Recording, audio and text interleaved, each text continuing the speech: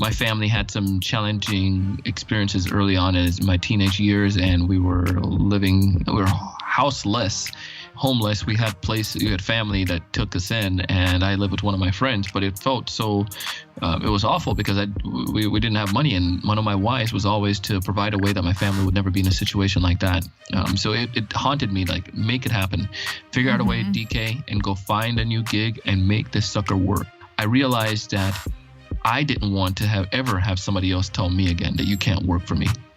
I never wanted to hear that. It was the first time getting fired, and it was the last time that I was going to make it happen. That was going to happen, right? So the interview lasted probably about 3 minutes. I'm not kidding you, Michelle. I drove all the way down like 30 minutes, and it was like I waited for like 10 minutes for him to come out, and met with him for like 3 minutes, and then he kicked me out and said, you can't, basically saying you're not gonna, I don't have time to train you. I don't have time to guide you. You're not going to be successful in this. You don't have enough experience. You won't be able to do it. And, you're not going to work out, basically. And so you got first company left because stuff wasn't working out. Second company, they shut down the firm. And now a third opportunity, right off the heel of being kicked in the face, is now being told that I could never do a sales job. I could never do a B2B professional job because I don't have experience.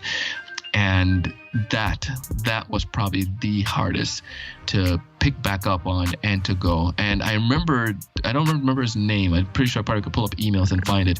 But after the initial, knock in the face, and I got this sense of, all right, I'm going to prove you wrong. I'm going to prove you wrong that I could do this. I didn't have another way out. I think that's sometimes the bad side of things. When you can't go any lower, then what's the worst that's going to happen, right? When you're below low, then what's the worst that's going to happen? There's going to become a point where unemployment was going to run out. I think in South Florida, it was like for, a few months, like maybe 6 months max, if that. And it's only like a few $100s. It was just like I was living off of the stuff that I was able to save, and also just little unemployment put along. There was an end. There's a time where it's going to be things were going to run out. And I was like, I could not let that happen. I think when you take away all of your options, at times that's the best scenario. And sometimes we feel that we're we feel like we're being not as good to people, and we're not being nice because we should help them. But sometimes you can help somebody by not helping them. I'm not giving them the hand out, but giving them a direction or a hand up. And I think that's a big difference in our industry, but also just in life. You can always help somebody without necessarily helping them. If I had not seen the light, I would have still been in the same place fighting over pennies. You know what I mean? When I could get up and go create hundreds. So sometimes we think that no, or that rejection is devastating. It's all earth-shattering. It's going to end everything.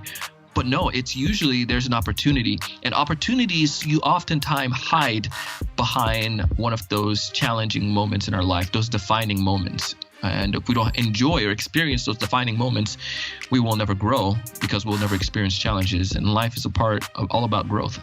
So it was frustrating because here I am eager to work and to create something and to create success, not only for myself, for my clients. And he wasn't doing anything. He could have been paying me $100,000, and I'll probably take a couple of times and then say I'm done with it but it wasn't rewarding. It really wasn't rewarding. It was just lame, because how are you going to not do the things, right? So we had to end that relationship, and sometimes you're going to have to do that. Sometimes you're going to have to let people know, like, it's not going to work.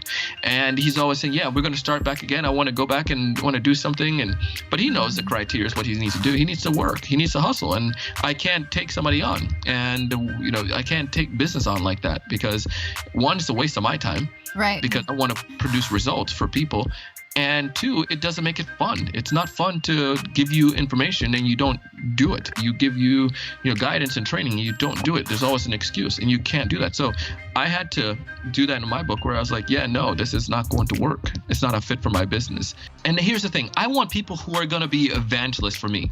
I want people who, when they leave, when they work with me, they're like, yeah, I want them to be like obsessed like Apple, back in the days, right? People are just like, they just love it. I want them to say Donald is the man. When you think of new and struggling sellers in South Florida, you think of Donald. This is a guy that you go to. And I got to get people excited for that. And if I have people who are mediocre and not providing results, they're like, how did Donald help you? Well, he was good, but I didn't see results. Well, he didn't see results because he didn't do it. And I don't want that. I want people who are going to work. Life is not fair. And this is talking about Donald. That's like, I'm telling 12-year-old Donald before, becoming houseless, 12-year-old Donald, life is not fair. You're going to have tough moments. And sometimes your best success will come when people tell you no.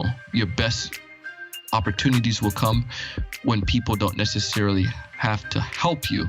Is where they teach you how to help yourself. That's what I would tell myself. And I think that would help me a little bit more. And so in college, it would help me a little bit more so going through my high school experience, because sometimes you want to point blame. You want to say, yeah, my life isn't like this because I was born in this circumstances. My life isn't like this because of these type of challenges that I have. Well, who gives a care? Life doesn't care. Just make it happen. Life is just there. It's nature. It's raw. So make it happen.